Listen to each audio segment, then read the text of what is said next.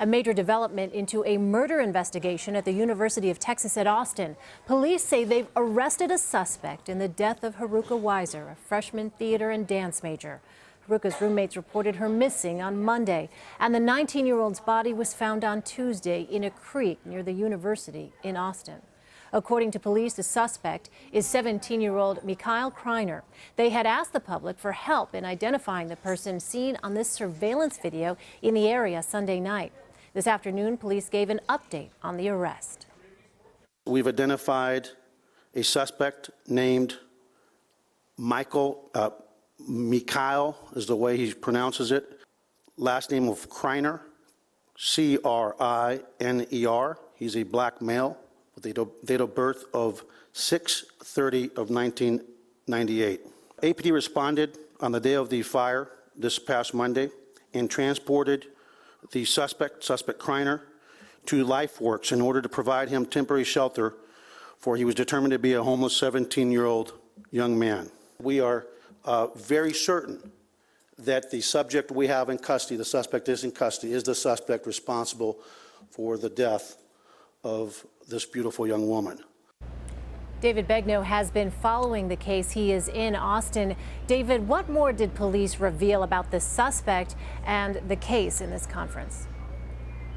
Well, let me tell you what I just found out. Our affiliate in Shreveport, Louisiana, KSLA, which covers the area of Texarkana, Arkansas, has just gone to the home of Meechaiel Criner, at least one of the homes where we're told his relatives live, and broke the news to the family. And our affiliate was told that Meechaiel ran away from home about a year ago.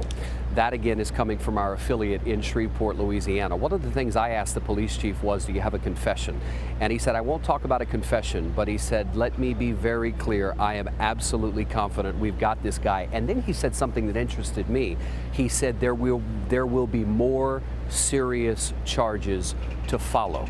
Let me give you a little bit of the scene setter of where we are. That's the drama building behind me. That is where the young girl came from Sunday night around 9:30. She texted her friend, said, I'm on the way back to the dorm. I'll see you in a little bit. She never made it.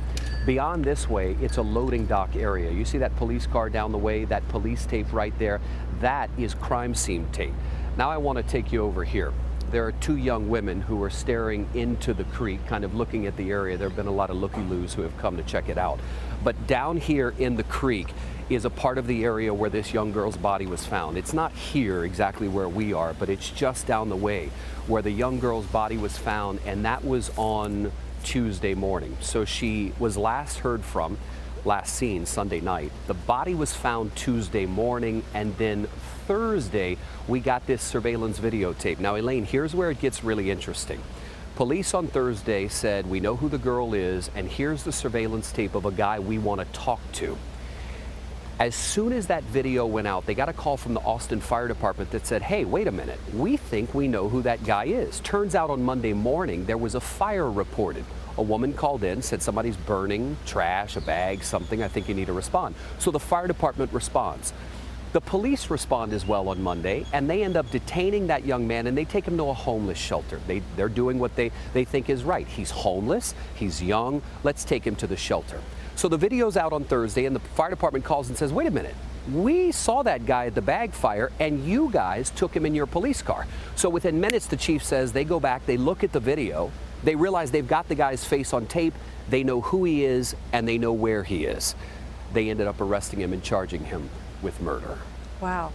So, David, you talked about possibly more serious charges. Any idea what those might be? I mean, had police given you any kind of indication? No. No.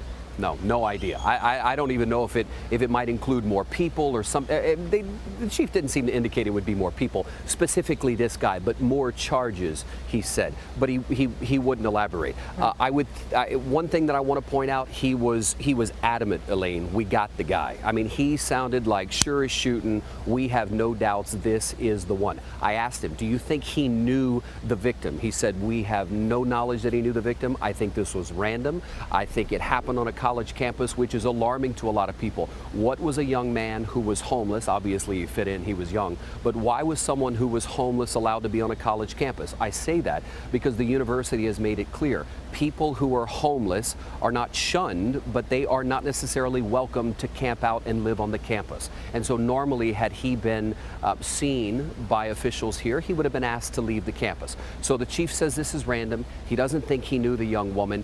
And you can see, as I showed you, where the drama hall is to where the creek is. I mean, I could yell, and if you were at the drama hall, you could hear me. So she didn't make it very far. And it was about 48 hours, Elaine, before they knew what had happened when her body was found. Initially, the campus went through the protocol of calling friends and family, because a lot of times college kids are reported missing, and they're not missing. They're just sleeping at a friend's house, they drank too much over the weekend, or they don't want to answer their phone. In this case, they kind of went through those protocols, and then boom, the body was found, and they realized, wait a minute. Now, we have been told she was assaulted. We don't know if it was a sexual assault. The police are not willing to release that right now. They're holding a lot of information close to the vest. We're told that charges will be formally filed this afternoon. A mugshot will be released. And Elaine, one other thing I want to point out, they're really giving a lot of credit to a woman. Apparently this woman was the one who initially reported the bag fire on Monday, and that same woman apparently called back on Thursday to say, hey, wait a minute. I remember that guy. I saw him at the bag fire. And the video you just released, the surveillance video from here on the college campus, I think that's the same guy. So the police chief went out of his way to say, look, we are where we are because the university's got great modern technology that allowed us to have this video surveillance.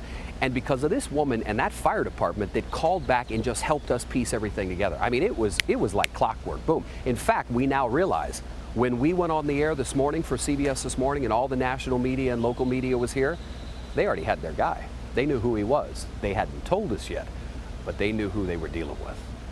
Fast-moving developments there. David Begnaud for us. David, thank you so much.